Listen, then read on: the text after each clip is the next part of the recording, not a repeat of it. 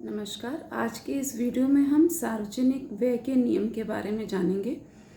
जिस प्रकार से सरकार आय अर्जित करती है, उसी प्रकार से अपने बजट में व्यय का भी प्रावधान करती है। जो प्रतिष्ठित अर्थशास्त्री थे, वे व्यय को बहुत ज़्यादा महत्व नहीं देते थे। उनको लगता था कि जो गवर्नमेंट है, उसके बहुत ही कम ऐसे मद हैं जिन पर उसको खर्चा करना चाहिए। इसलिए सार्वजनिक आय उतनी ही सृजित की जाए जितने कि जो उसके ज़रूरी व्यय हों वही पूरे किए जा सकें। जैसे बाहरी आक्रमणों से अगर देश को बचाना है, या internal law and order maintain रखना है, या कुछ थोड़े बहुत वेलफेयर मेजर्स के लिए, इसके अलावा गवर्नमेंट को कोई एक्सपेंडिचर करने की बात नहीं कहते हैं, क्योंकि प्रतिष्ठित अर्थशास्त्री लेजिस्फेयर पॉलिसी की बात करते हैं। लेजिस्फेयर पॉलिसी का मतलब नो गवर्नमेंट इंटरफेरेंस।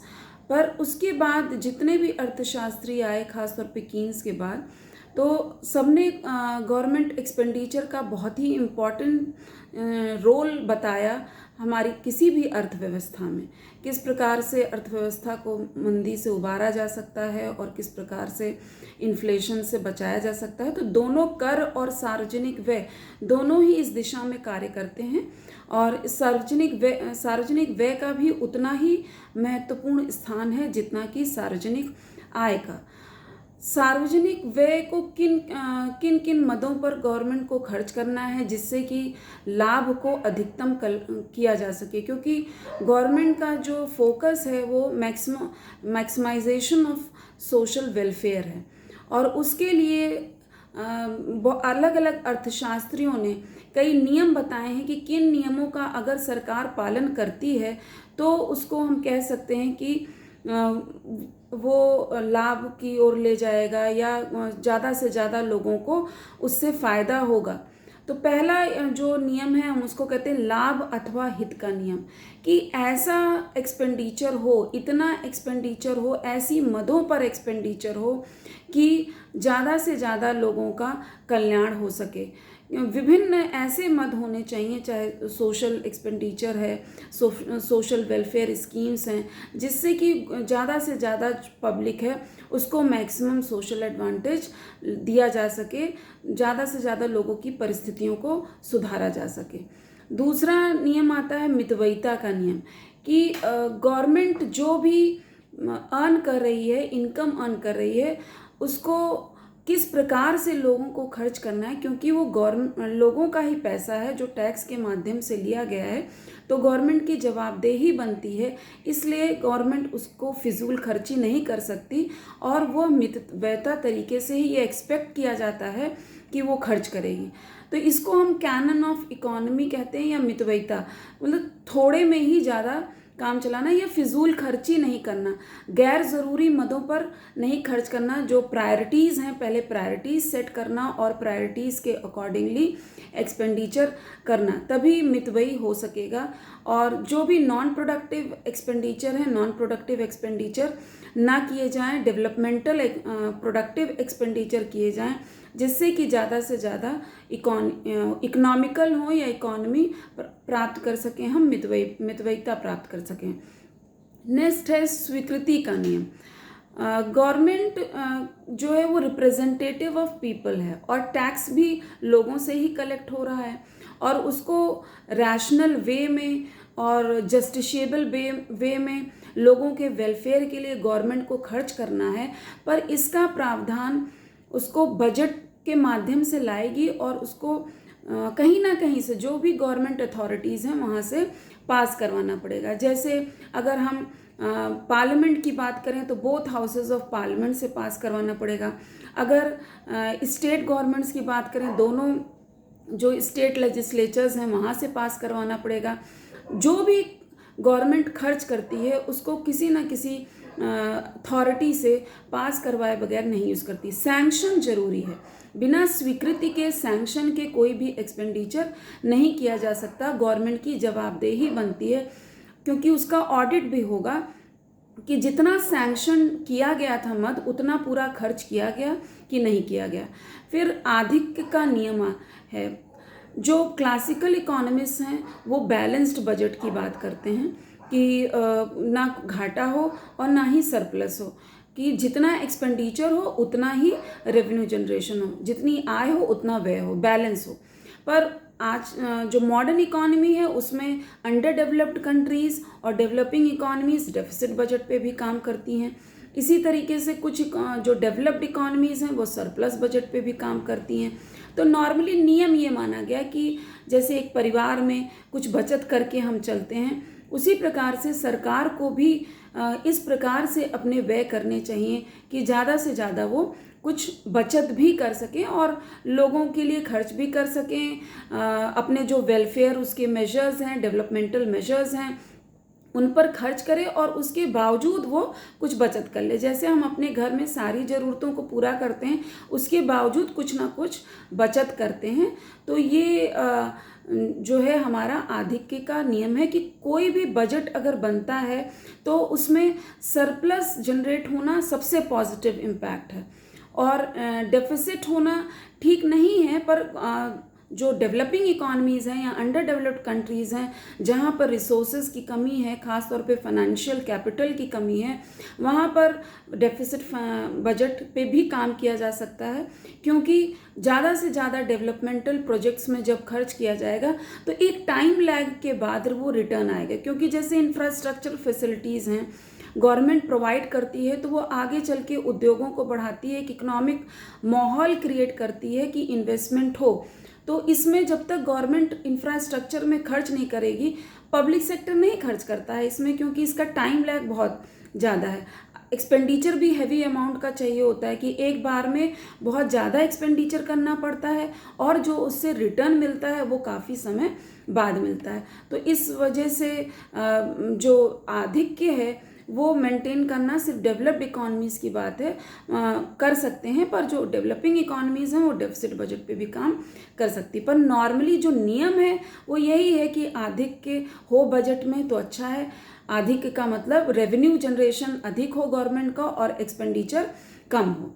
फिर आता है लोच का नियम। लोचशीलता ये है कि जो भी गवर्नमेंट एक्सपेंडिचर कर रही है, अगर उसको प्रोडक्टिव पर्पसेस में खर्च कर रही है, उत्पादक कार्यों में लगा रही है, तो उससे मिलने वाली आय और अधिक होगी और उसके रिपरकशंस इकोनॉमी में पॉजिटिव आएंगे, स्पिल ओवर इफेक्ट्स जो हैं उसके पॉजिटिव आएंगे। और दूसरा लोचशीलता ये भी देखी जा सकती है कि गवर्नमेंट अगर अपने एक्सपेंडिचर को थोड़े अमाउंट से भी बढ़ाती है तो उसका इकोनॉमी पे कितना ज़्यादा पॉजिटिव इम्पैक्ट पड़ता है। अगर ये रिस्पांस अधिक है, क्योंकि लोचशीलता का मतलब ही यही है कि रिस्पांस कितना हो रहा है एक वेरिएबल का दूसरे वेरिएबल के कंटेक्स्ट में, तो यहाँ पर एक्सपेंडिचर और जो उससे मिलने वाला बेनिफिट है या सामाजिक लाभ है वो कितना है ये हम देख रहे हैं। और अगर ये बहुत ज़्यादा है तो हम कहेंगे कि ये बहुत ही लोचशील सार्वजनिक व्यय प्रणाली होगी और ये एक्सपेक्ट किया जाता है कि लोचशीलता होनी चाहिए।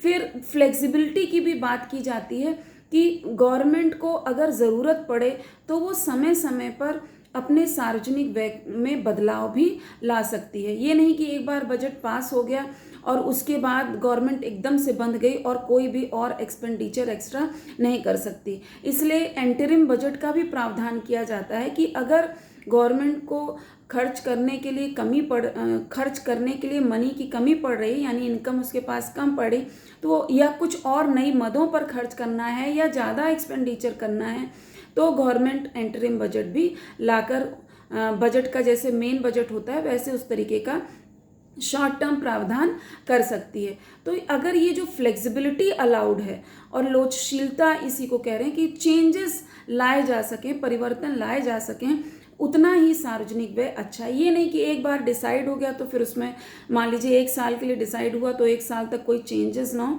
तो वो इकोनॉमी में एडवांटेज या बेनिफिट नहीं ग्रांट करेंगे। तो इसलिए लोचशीलता का या जो फ्लेक्सिबिलिटी है वो उसमें परिवर्तनशीलता के गुण होने चाहिए। फिर है उत्पादकता का नियम। गवर्नमेंट जो भी एक्सपेंडिचर करे वो डेवलपमेंट एक्सपेंडिचर में करे, प्रोडक्टिव एक्सपेंडिचर में करे, तभी उससे रिटर्न मिलेंगे। और रिटर्न जो है वो इकोनॉमी में ग्रोथ लाएंगे और पॉजिटिव इम्पैक्ट लाएंगे। जैसे उद्योगों को बढ़ावा देने के लिए गवर्नमेंट खर्च करती है इंफ्रास्ट्रक्चर पे, रिसोर्सेज को चैनलाइज करने के लिए अलग अलग मदों पर खर्च करती है, तो लोगों के कल्याण के लिए जैसे एजुकेशन हेल्थ पर खर्च करती है, तो वो प्रत्यक्ष या अप्रत्यक्ष रूप से किसी ना किसी प्रकार से उत्पादक हैं, इसलिए उन पर गवर्नमेंट खर्च करती। तो जो भी गवर्नमेंट एक्सपेंडिचर करे उसमें उत्पादकता होनी चाहिए, क्योंकि अगर कंजम्पशन एक्सपेंडिचर ज़्यादा करती है गवर्नमेंट और तो उससे उसकी जैसे इंटरेस्ट बर्डन अगर ज़्यादा है, विदेशी ऋण लिए हैं उसमें इंटरेस्ट ब्याज ज़्यादा दे रही है गवर्नमेंट, तो वो आपका रेवेन्यू एक्सपेंडिचर होगा। तो इस तरीके के एक्सपेंडिचर एक तरीके के बोझ हैं, तो ये ऐसे गवर्नमेंट को मिनिमाइज करके रखना चाहिए और ज़्यादातर डेवलपमेंटल प्रोजेक्ट्स पे ही खर्च करना चाहिए जिसमें हैवी रिटर्न्स हो रहे हों। और इंफ्रास्ट्रक्चर में जैसे पावर में बिजली उत्पादन, जितनी भी एनर्जी ऊर्जा के स्रोत हैं उसमें रोड है, ट्रांसपोर्ट है, टेलीकम्युनिकेशन है, इन सब में जितने भी खर्चे गवर्नमेंट करेगी वो डेवलपमेंटल इफ़ेक्ट्स ही लाएंगे। तो फिर नेक्स्ट नियम होना चाहिए कि आय में समान वितरण, समानता ना तो व्यय में लोगों की जो असमानता है आय में उसको कम किया जा सके। तो इसमें ना तो आप समान नहीं कर सकते हैं, बस असमानता को कम किया जा सकता है, चाहे वो कर के माध्यम से चाहे व्यय के माध्यम से।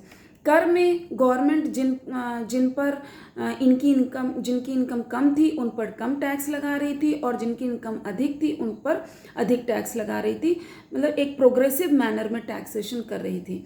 पर यहाँ पर गवर्नमेंट जो जितना धनी है उस पर उतना ही कम एक्सपेंडिचर यानी व्यय करती है और जितना गरीब है उस पर उतना ही ज़्यादा एक्सपेंडिचर या व्यय करती है। तो ये रैशनल भी है, ये जस्टिशिएबल भी है कि जो मार्जिनलाइज्ड सेक्शंस हैं, आप इंडिया में लें तो जो SC ST OBC पॉपुलेशंस हैं, विमेन, चाइल्ड हैं, ओल्ड एज के लोग हैं जिनको वृद्धावस्था पेंशन वगैरह गवर्नमेंट देती है, तो इन सब के लिए ज़रूरी है कि जो आय में असमानता है उसको थोड़ा कम किया जा सके। उसके लिए निर्धनों पर ज़्यादा से ज़्यादा एक्सपेंडिचर करना, जिसकी इनकम कम हो उस पर ज़्यादा व्यय करना और जिसकी इनकम अधिक हो उस पर कम व्यय करना।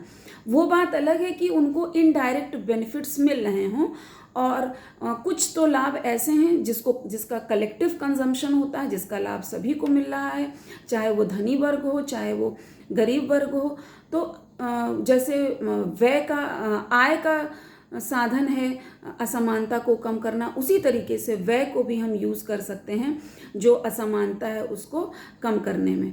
तो ये सारे नियम जो हैं इसमें से एक अच्छी एक्सपेंडिचर पॉलिसी या अच्छी बजट पॉलिसी वही कही जाएगी जो वो इतने सारे जो नियम हैं या कैनन्स हैं हम कह सकते हैं या सिद्धांत हैं, इनका जो पालन करे वही एक्सपेंडिचर, वही व्यय अर्थव्यवस्था के लिए अच्छा होगा, वही कल्याणकारी होगा और वही अधिकतम सामाजिक कल्याण किसी भी अर्थव्यवस्था में लाएगा। तो सरकार जब अपना बजट बनाती है तो इन चीज़ों का जितना ही ध्यान रखेगी और जितना ही पालन करेगी अर्थव्यवस्था में, उतना ही लोग संतुष्ट रहेंगे, उतना ही लोगों को सामाजिक लाभ मिलेगा और उतना ही ज़्यादा इकोनॉमिक ग्रोथ होगी और प्रोडक्शन होगा इकोनॉमी में। धन्यवाद।